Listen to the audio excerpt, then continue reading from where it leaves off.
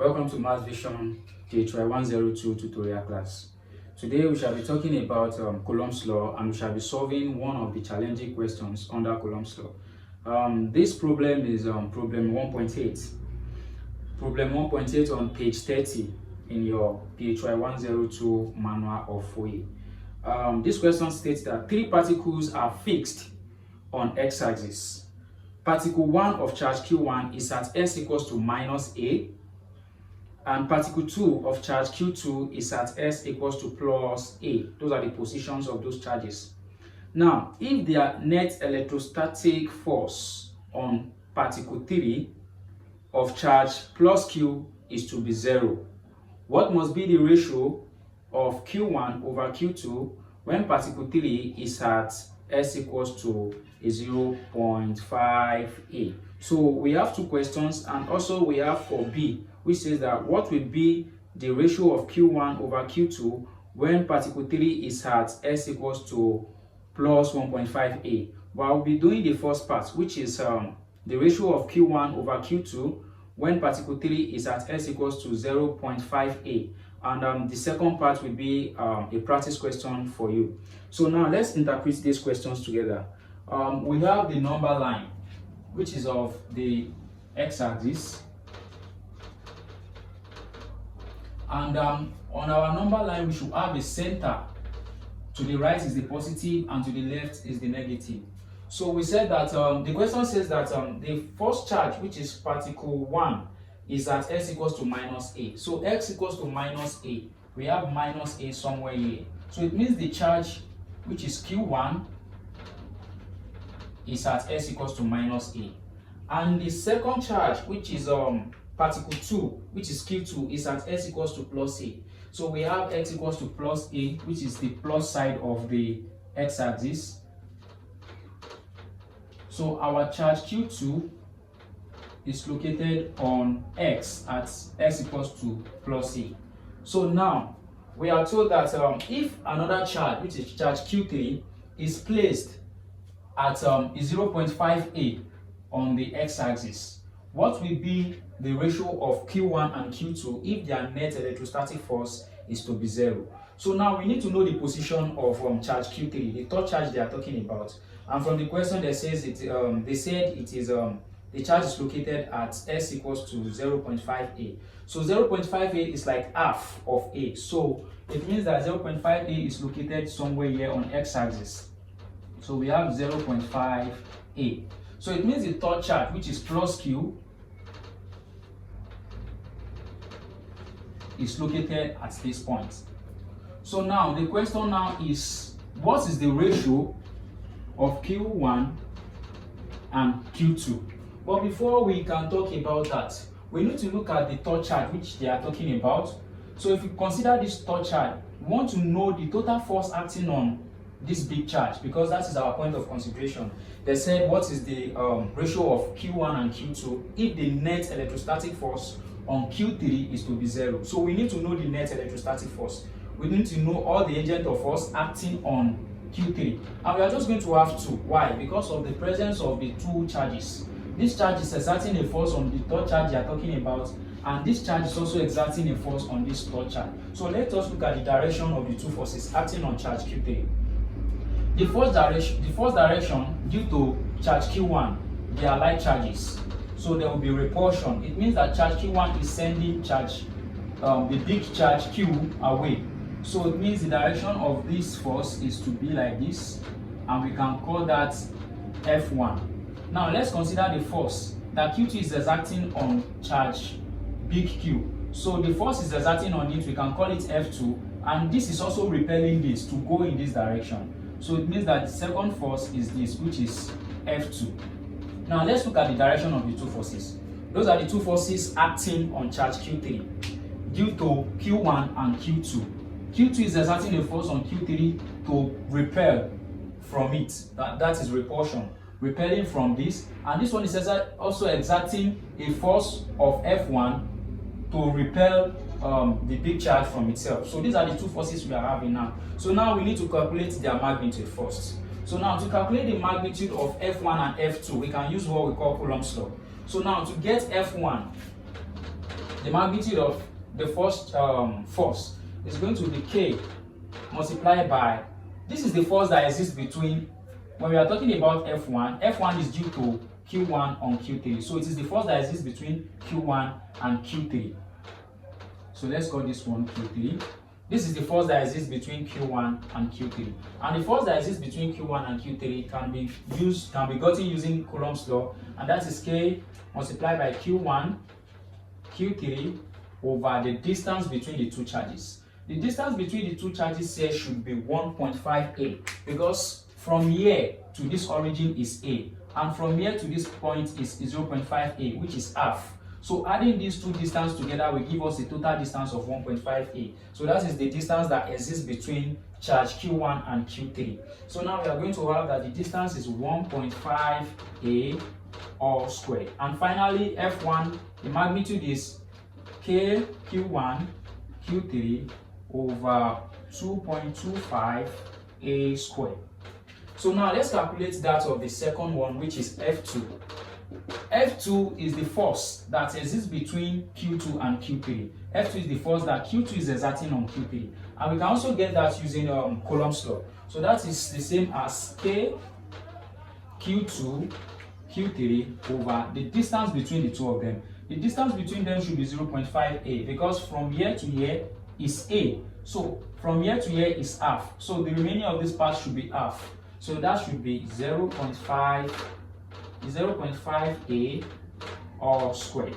So this is K Q2 Q3 over 0.25 A squared. But don't forget that these forces are scalar quantities. They are vector quantities and not scalar quantities. We are working towards Fnet, which is equal to F1, vector F1 plus vector F2. But what we have here are not vectors. We have the scalar, that is their magnitude. So now we need to have F1, which is this vector, in form of vector, and we need to have F2 also in form of vector. Then we add their corresponding component. We can't just add the two magnitudes together. It's not possible, because they are vector quantities and not scalar quantities. So now let's resolve F1 and F2. Now to get vector F1 is going to be the magnitude of F1 multiplied by cos theta I plus the magnitude of F1 sine theta j. So now what is F1? F1 is gotten to be this, which is the magnitude. That is K Q1 Q3 over 2.25 A squared cos theta. What is our theta? We define theta to be the angle that the vector is making with the positive x-axis. This means that if you want to measure your theta for any vector, you start from the positive x-axis and measure it to wherever the vector is. So now if I want to get the theta for F1, this is F1. So the theta for F1 now is 0. Why? Because it is lying directly on x-axis. It's not making any angle with it. This is x-axis and this is the vector. So they are parallel. So it means that the angle between them is 0. It's not making any angle with x. So we have this to be cos 0 I plus K Q1 Q3 over 2.25 A squared sine 0j. Cos 0 is simply 1. So we have that the vector F1 is K Q1 Q3 over 2.25 A squared I, because cos 0 is 1 and sine 0 is 0. So everything here is just going to be 0. So the component there is 0. 0j. So we have gotten our vector F1, our F1 in vector form, which is this. So now it is left for us to get the other vector also in vector form. So that is F2. F2 is going to be the magnitude of F2 cos theta I plus the magnitude of F2 sine theta j. So now vector F2 is going to be, the magnitude of F2 that we calculated the other time is this. So that is K Q2 Q3 over 0.25 A squared cos theta. What is the theta for this other vector, which is F2? The theta for the vector should be 180 because we said the theta for a vector is the angle that is the vector is making with the positive x-axis. So if I want to measure the angle for F2, I will start from the positive x-axis and stop at where we have our vector. So if I measure it, I can see that this is 180. So the theta is 180. So we have that this is cos 180 I plus KQ2 Q3 over 0.25 A squared sine 180 J. So now cos 180 is minus 1. So we have that vector F2 is equal to K Q2 Q3 over 0.25 A squared. Cos 180 is minus, so it means that this should be minus I plus 0 J, because sine 180 is 0. So everything here should be 0. It means that the component there is 0. So now we have our two vectors in component in their component form, F1 in its component form, F2 in its component form. So we can now follow the F net. So our F net now is to add vector F1 and vector F2. We already have vector F1 and we already have vector F2. So what is left for us is to add their corresponding component, that is adding I and I, adding J and J. So now what is the component here? We have KQ1 Q3 over 2.25 A squared plus the other component. This is minus K Q2 Q3 over 0.25 A squared I. Now we had our y component now, that is the second component of j, that is 0 plus 0, and we just have it to be simply 0j. So now vector f net, that is the net vector, which is the net force, is simply k q1 q3 over 2.25 a squared minus, plus times minus is minus, k q2 q3 over 0.25 a squared I plus 0j. So now this is our net vector. That is, this is the net force acting on Q3 in vector form. But we can also know the magnitude. Remember that when you have a vector to be 2i plus 3j, this is two dimension, this is a vector. And whenever you have to find the magnitude of the vector, that is the size of the vector, you say the size of the vector is simply a without a bar on it, and we calculate it to be the square root of the component x component squared plus the y component squared. And we have this to be a equals to square root of 4 plus 9. And then this is a equals to root 13. That is how to find the magnitude of a vector. So now we have our net force, that is the total force acting on Q3, to be in vector form. How do we find the magnitude now? So we can recall from this. So the magnitude here, which is F net, is going to be the square root of this component squared plus 0 squared. And by the time we do that, without writing, we see that our magnitude is simply going to be this x component if we follow this approach here.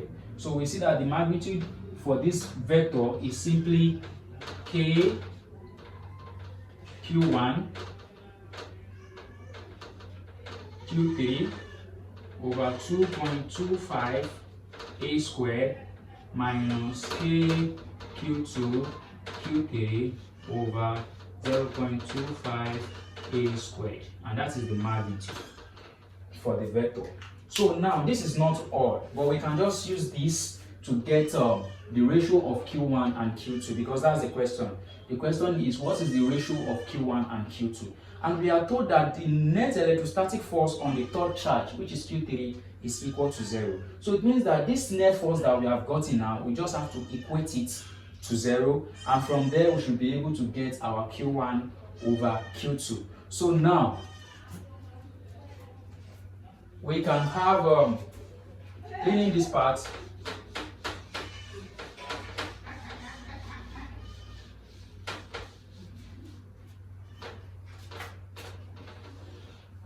We can have that the F net, the magnitude of the F net is KQ1 Q3 over 2.25 A squared minus KQ2 Q3 over 0.25 A squared.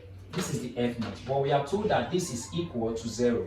So we can equate this to 0, and this implies that KQ1 Q3 over 2.25 A squared is equal. By the time we take this here, we have KQ2 Q3 over 0.25 A squared. So from here we can see that the K will cancel the K, the Q3 cancels the Q3, A squared cancels A squared. So we are left with Q1 over 2.25, which is equal to Q2 over 0.25.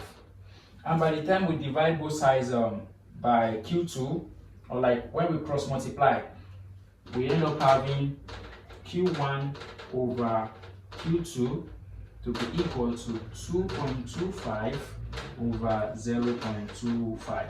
And the ratio can be seen to be 9 over 1. So the ratio of Q1 and Q2 is simply 9 over 1 if the third charge is placed at 0.5 A on the x-axis. Now the second question, which is the B part, is left for you to practice. And the position for the third charge is no longer 0.5 A, but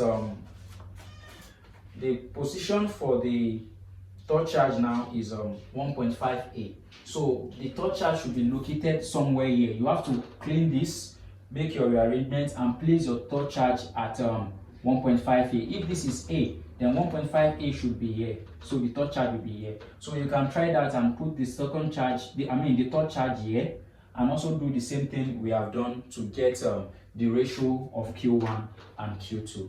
Thanks for watching.